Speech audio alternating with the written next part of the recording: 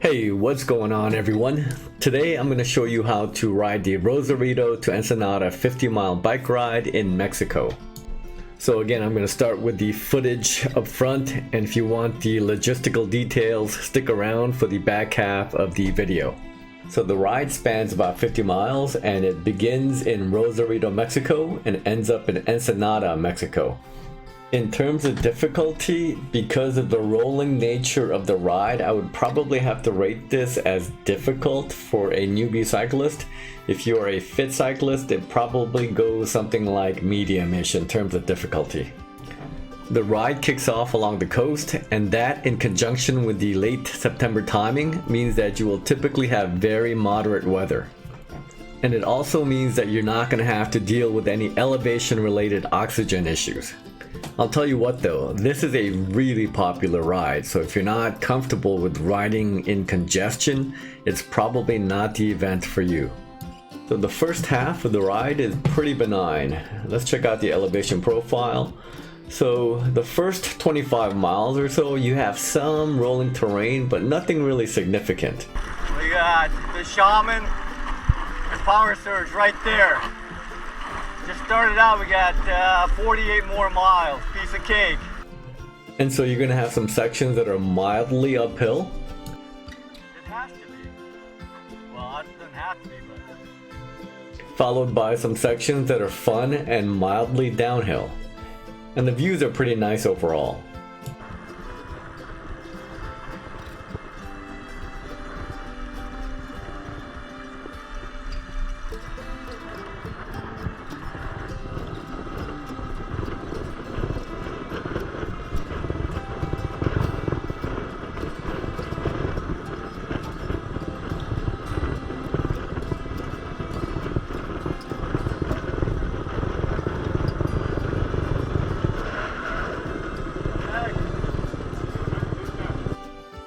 Right around the halfway point, things will start to get interesting. Let's zoom in.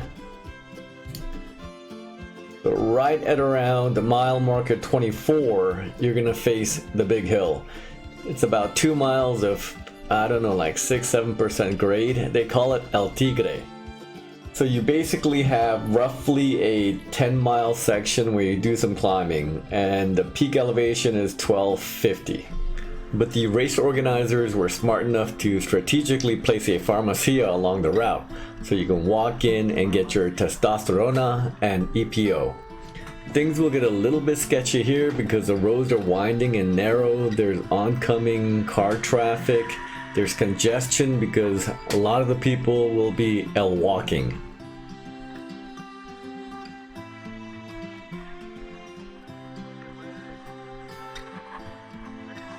So if you're kind of new to bicycling and you're going up a big hill, you want to make sure the chain is in the smallest circle up front and the biggest circle in the back.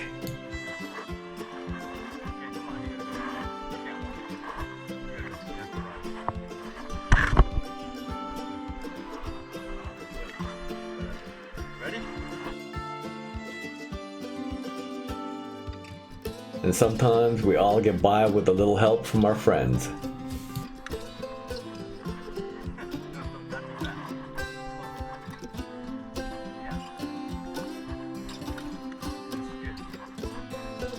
Also, very few things are interesting in and of themselves without the people. Now here's a guy who told me he tipped the scales at 310 pounds. Looks like a football player, but interestingly enough, he told me he was a tennis champion and routinely beat guys that were half his weight. And this guy needs no introduction.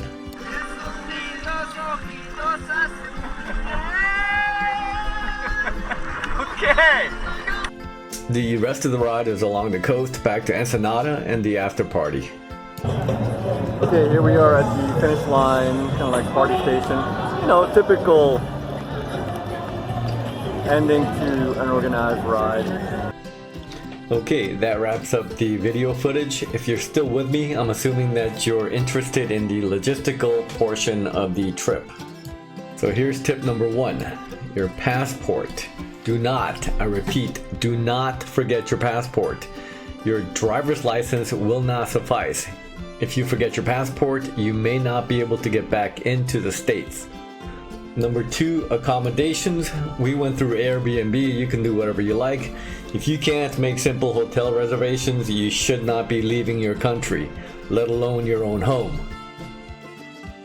Number 3, cell phone roaming.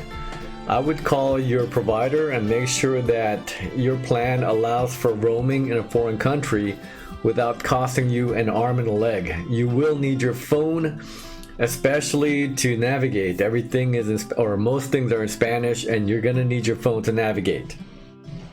Number 4, Libre versus Quota roads. Libre means free, Quota means toll road basically. If you have a choice, and you will when traveling along the coast, you want to choose Quota, okay? The tolls are like pretty cheap, maybe about $2 every 10 miles or so. Totally worth it. Safer, less congested, etc. Number 5, give yourself plenty of time to cross the border, especially coming back into the States. We got to the border early, probably 7:30, and still it took us over an hour to cross back over into the US. If you arrive at the border at a later time, I've been told it could take up to 6 hours. Number 6, and this is assuming that you are staying in Ensenada, which we did. You need some kind of shuttle to get you from Ensenada to Rosarito. Few different ways. I think the race organizers run some kind of shuttle. There are taxis that will take you from Ensenada to Rosarito with your bicycle, and I think I looked into it and it was like $20 per head. I need to give a huge thank you to the couple of girls that went with us. They were so amazing. They handled all of the trip logistics, all of the shuttling, all of the driving around, the food. I cannot express how grateful we are to them. Big thank you. Okay, that brings us to the end of this video. As always, thank you for dropping by. Get out there, have fun, be safe, and we will see you soon on our next adventure. Bye for now.